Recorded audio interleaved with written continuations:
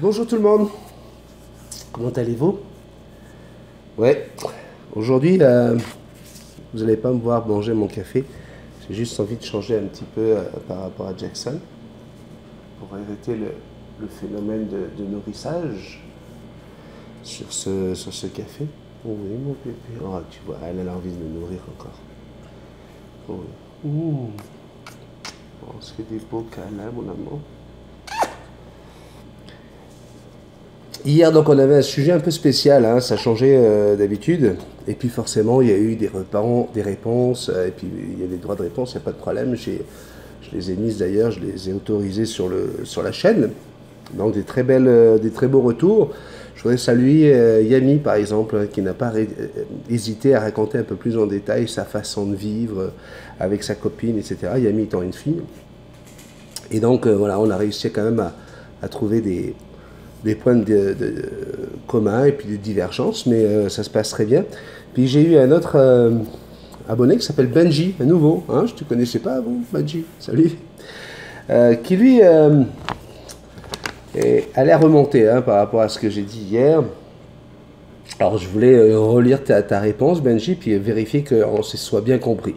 Tu me dis non, Hanouna, il fait une annonce orientée sur le cul. Il demande clairement le nom des personnes piégées et aussi de dire qu'est-ce que tu aimerais me faire? Oui, Benji, mais c'est le canular. Le thème du canular, c'est piéger un gay. Ça, et c'est bien ce que j'essaie d'expliquer depuis hier, mais je pense que je ne me suis pas fait comprendre. Les canulars, ce sont des pièges, et on a le droit de piéger tout le monde.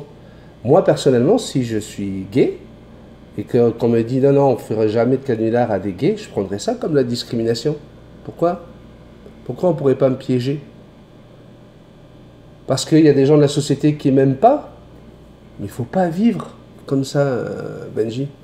Il ne faut pas vivre avec les gens qui ne vous aiment pas, il faut vivre avec les gens qui vous aiment. Et puis on n'est pas en Tchétchénie en France. Enfin, je ne pense pas. Même si je sais qu'on peut être très très dur. Mais le harcèlement, c'est aussi contre d'autres personnes. Hein, c'est des gens qui ont un bec de lièvre, des gens qui ont des problèmes qui portent sur eux, vivent aussi des moments difficiles. Mais voilà, après, qu'est-ce que tu veux que je te dise?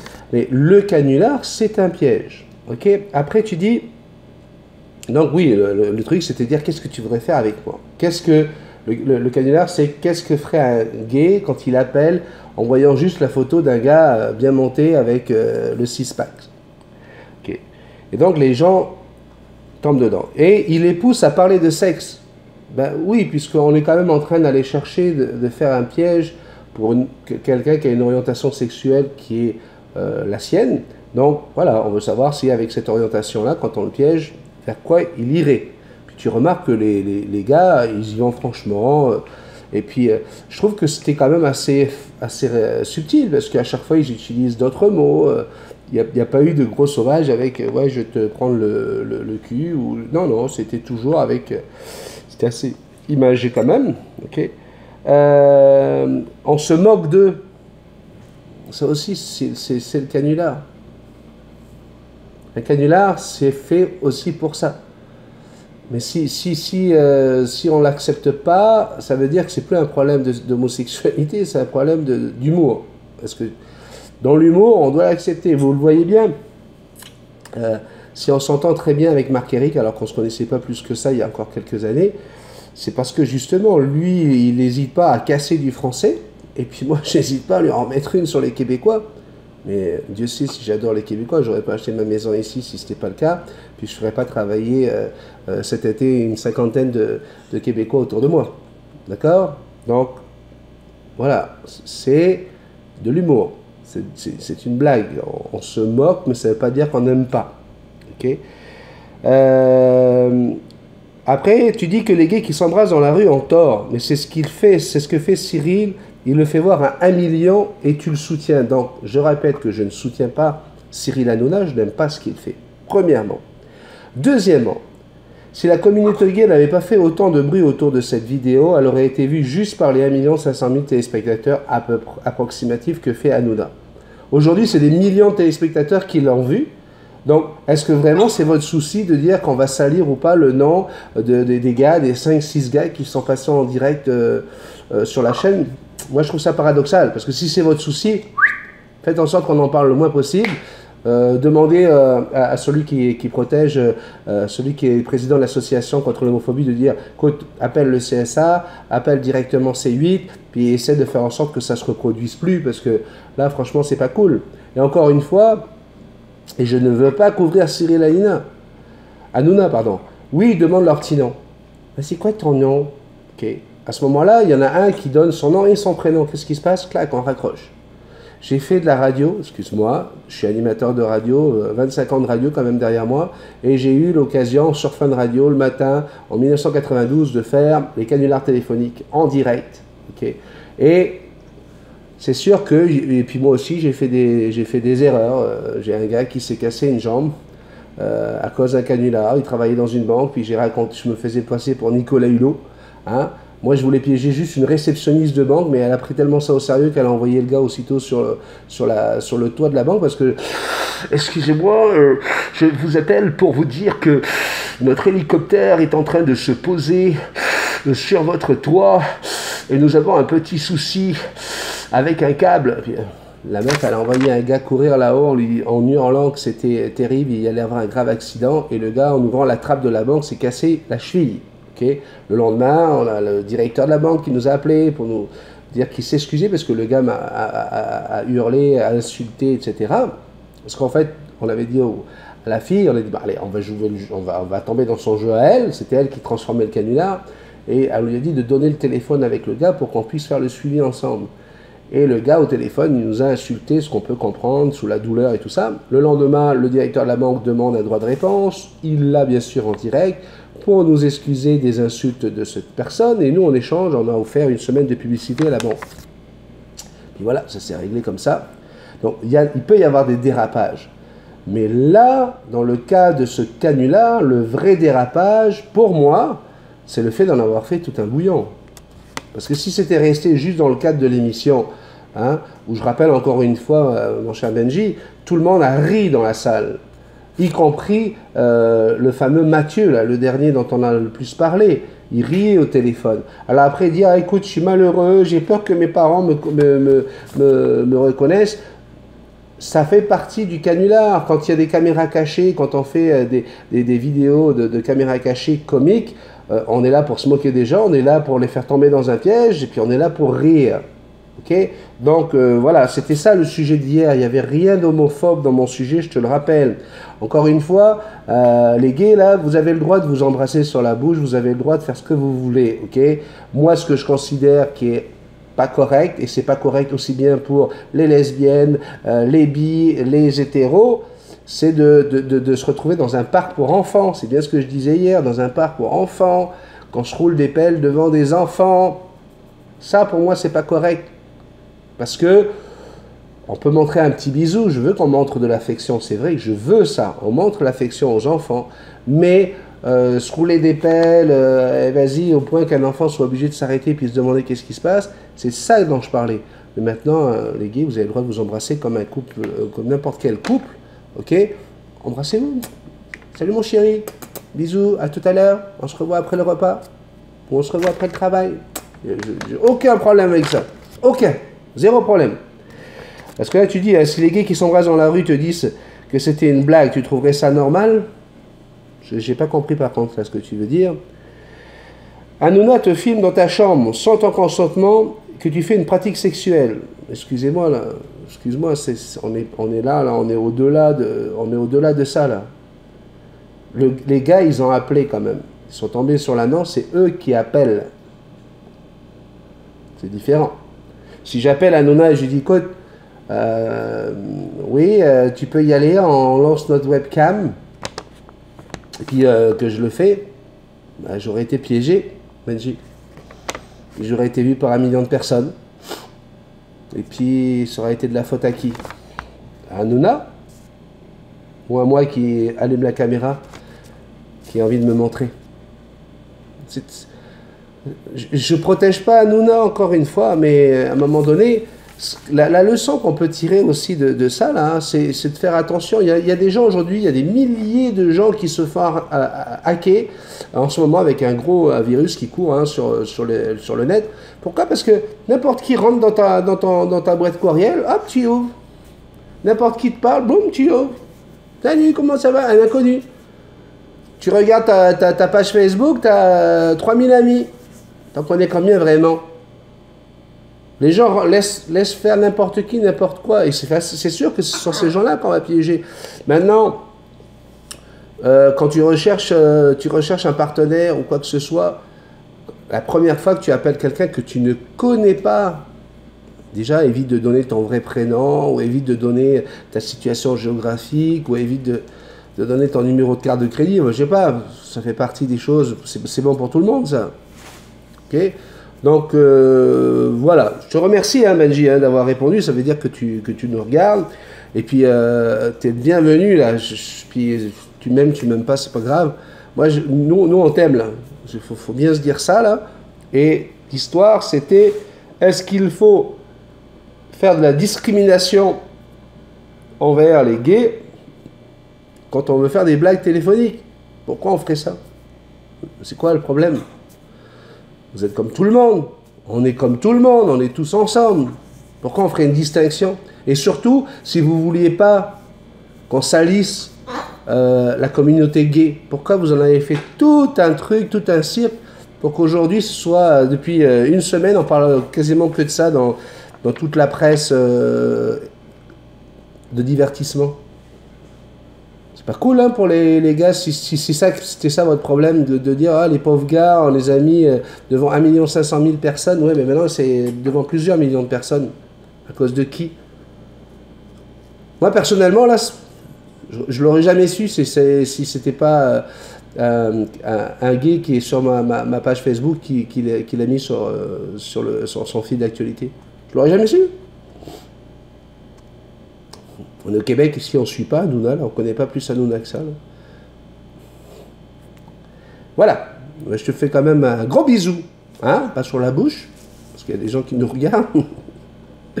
Mais écoute, voilà, je te prends dans mes bras et puis j'espère que ça va pas aller plus loin pour toi en tout cas, et que tu es un petit peu moins remonté après mes explications. N'hésite pas, hein, si tu as envie de répondre, tu peux répondre bien sûr, comme d'habitude. Je vais dire bonjour à Sandy. Non, c'est Sandrine, hein, mais elle s'est appelée Sandy. En Ile-de-France, avec son lori Loki. Vous avez certainement dû vous rappeler, on avait fait une vidéo avec incrustation d'images, on avait parlé de lori. Donc c'est ce bel oiseau plein de couleurs. C'est un oiseau splendide, hein, mais terrible, terrible, terrible. Alors, premier problème, je n'arrive pas à lui présenter le chat. Tant que Loki est dans sa cage, pas de souci, le chat dort à côté de lui. Mais par contre, dès qu'il sort, il va piquer le chat, il s'attaque et il le pince. Quoi faire? Ben là, ça va être un peu compliqué, hein, ma chère Sandy, parce que... Oui, mon bébé d'amour, t'en as marre que je parle avec toi. Tu veux que je parle qu'avec toi? Oh, petit pichou. Oh, oui, mon bébé. Oh, oui. Et... déjà, il faut faire attention, parce que le lori, effectivement, lui qu'est-ce qu'il veut? Ton lori, il veut juste jouer. Hein, tu me l'as raconté hein, dans ton courriel, tu me dis qu'il a une peluche, qu'il adore sa peluche. D'ailleurs, tu ne peux pas la toucher, sa peluche qui est dans sa cage, quand tu nettoies sa cage. Voilà. Et bien, le chat, là, c'est encore mieux que sa peluche, c'est vivant. Donc, oui, il a envie de s'amuser. Et lui, sa façon de faire, c'est avec son bec. Hein, il ne peut pas communiquer autrement avec le chat qu'avec son bec. On dit, allez, viens, on joue. C'est comme un petit chien. Moi, je vois mon petit Souki et mon chat. Dès qu'ils se voient, c'est je te tire sur les poils, je te tire sur la queue, Ben, le lori veut faire pareil. Donc, c'est du jeu. On ne peut pas le gronder là-dessus. C'est pas méchant. Jackson. Oh, oh oui. Oh, oh là là. Je t'aime. Oh là là. Oh. Oh là là. C'est quoi ça? Oui. Gentil, Fifi, gentil. Ah, je vais me faire mal un peu. Donc, compliqué. Je pense pas qu'on va trouver une solution à ça. Par contre, fais attention quand même à la relation entre l'oiseau et le chat par rapport à la salive de ton chat. Faut voir un petit peu si jamais ton oiseau a des moments où il est un peu plus calme, un peu plus faible. On va se méfier qu'il n'y ait pas un virus qui a été transmis. D'accord? Donc on fait attention toujours lorsqu'on est en relation entre deux animaux, comme ça. Certains disent que c'est mortel. Maintenant le chat il dort à côté, le chat a dû déjà s'approcher de lui. Jackson elle joue avec le chat. Elle a réussi à faire ses anticorps, donc tout est beau. Il faut voir si dans ton cas c'est la même chose. Deuxième question, que faire pour les vacances? Est-ce qu'il vaut mieux l'emmener avec nous en mobil-home ou plutôt le donner à quelqu'un pendant les 3 semaines de vacances? Amenez-le avec vous, ça va l'éveiller, ça va lui faire du bien. Je l'ai déjà dit dans une autre vidéo, ça. Si vous avez la possibilité de le mettre dans le mobile et d'aller en camping avec, go, go, go. Par contre, faites attention, hein, je ne sais pas s'il a les ailes taillées ou pas. C'est sûr que là, si tu le sors, il risque de prendre la poudre d'escampette, hein. Et malheureusement, il ne connaît pas bien l'endroit. Donc, harnais, de préférence, si jamais tu dois le sortir de la cage, hein, s'il n'a pas l'habitude, ou s'il a les ailes taillées, tu n'auras pas de souci. Donc, voilà, bien sûr qu'il faut l'emmener. Pareil, lorsque tu vas être hospitalisé, dans 3 semaines hospitalisé pour le diabète aussi, hein, la pompe à insuline, elle est formidable. Je ne sais pas si c'est la 630G qu'on va te mettre, mais celle-là est vraiment incroyable. Tu peux aller avec sur Internet, regarder tes résultats et tout. Enfin pas sur Internet, sur l'ordinateur en USB, même en Bluetooth, je crois. Donc, pareil, quand tu vas être à l'hôpital, là par contre, tu n'as pas le droit de l'emmener. Laisse-la chez elle, laisse-la à la maison. Demande à quelqu'un s'il peut venir tous les jours pour changement d'eau, changement de nettoyage de cage, etc. Le lori, hein, je le rappelle, c'est très très salissant. Au moins tous les 2 jours, nettoyer la cage. Mais déjà le fait que tu ne sois pas là, ça va être compliqué. Mais si en plus on lui enlève son environnement, on lui enlève le chat, on lui enlève tout ce qu'elle a autour d'elle, un lori... c'est un oiseau qui est très très attaché quand même à ces choses, tu l'as bien vu avec sa peluche. Donc, il vaudrait mieux qu'il reste à la maison et que les gens puissent venir le visiter. On a Vlad Arcos qui m'a écrit un très très long mail pour me raconter un petit peu comment il est tombé en amour des perruches grâce à la vidéo de William et Roddy. Et du coup, il est allé en acheter. Puis là, on lui a raconté un peu tout et n'importe quoi. On lui a dit surtout, il ne faut pas mettre une perruche toute seule. Regarde la vidéo avec William, même la dernière. William et Roddy, il n'y a pas d'autres perruches là. Et j'ai déconseillé à William d'en prendre une deuxième. Donc, regarde les vidéos et écoute ce que je te dis. Dans les animaleries, là, tu as des gens là ça fait 2 mois qu'ils sont dans l'animalerie et ils n'avaient jamais vu une perruche juste avant. Okay? Donc, il y a des fois là, il faut faire très attention. Et puis, renseigne-toi plus avant de te lancer. J'ai vu que tu as acheté plein de choses pour les cages. Malheureusement, je suis désolé de te le dire, mais tu as acheté un couple, en plus, un mâle et une femelle, bon, dans une cage. Il n'y a aucune raison qu'ils s'attachent à toi. Aucune. Pour toi, là, tu es juste le gars qui amène les graines et qui change l'eau. Donc non, tu ne pourras pas les apprivoiser à partir du moment où ils sont déjà en couple et qu'ils sont tous les 2 dans la cage. Non, tu n'y arriveras pas. Le mâle, la femelle vont avoir des attitudes différentes. Là, tu me dis que la femelle, il semble que la femelle a raison dans son coin et tout. C'est peut-être parce que dans le magasin, ils s'étaient déjà formé un couple et elle était avec un autre mâle, donc elle a du mal à supporter un nouveau mâle. Mais bon, comme elle est jeune, ça va peut-être se faire, mais en tout cas, même si tu avais 2 femelles, tu avais 2 mâles, et là, un mâle et une femelle, dis-toi bien que deux perruches dans une cage vont être attachées l'une à l'autre, elles vont aller se rapprocher de leur espèce plutôt que de se rapprocher de toi. Donc, c'est perdu d'avance. Désolé, ce que tu peux faire là, c'est de voir s'il n'y a pas quelqu'un dans ton entourage qui serait intéressé de se lancer également avec des becs crochus, ou qui a déjà eu des becs crochus, ou qui a déjà une cage, et puis qui voudrait effectivement partir avec une perruche. Puis là, tu les sépares, et là, c'est plus la même chose. On va pouvoir prendre comment on appelle ça, le processus d'apprivoisage, etc. Tu vas pouvoir l'apprivoiser sans problème. Et je te conseille de garder le mâle. Plus facile d'apprivoiser un mâle qu'une femelle. Chez la perruche, comme elle, là, tu sais, c'est une femelle, t'as vu dans l'état où elle est en ce moment, là? Oh oui, mon amour. Fais-moi des bisous, fais des bisous à papa. Wow, tiens.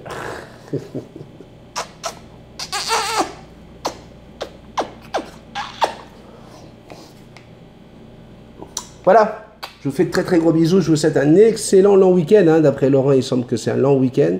Cet enfoiré, il me donne les températures, alors qu'ici, on est encore en train de geler. Non, c'est pas vrai, mais il fait pas beau, quoi. On a vraiment un temps de merde. C'est pas grave, ce week-end, ils annoncent 27 degrés avec du soleil. Donc, on va aller avec Jacques-Marc Eric. Samedi, demain, on va aller au parc des Moulins. Oh! Jackson va au moulin. Jackson va au moulin. Elle danse, Jackson? Danse, danse, tac, tac, tac, tac, danse, Jackson. Danse, Jackson, elle danse. Oh, yes. Elle aime quand ça balance. Oh, oh, oh. Elle danse, Jackson, elle danse. Oui, ma fifite danse. Allez, gros bisous, on va y aller.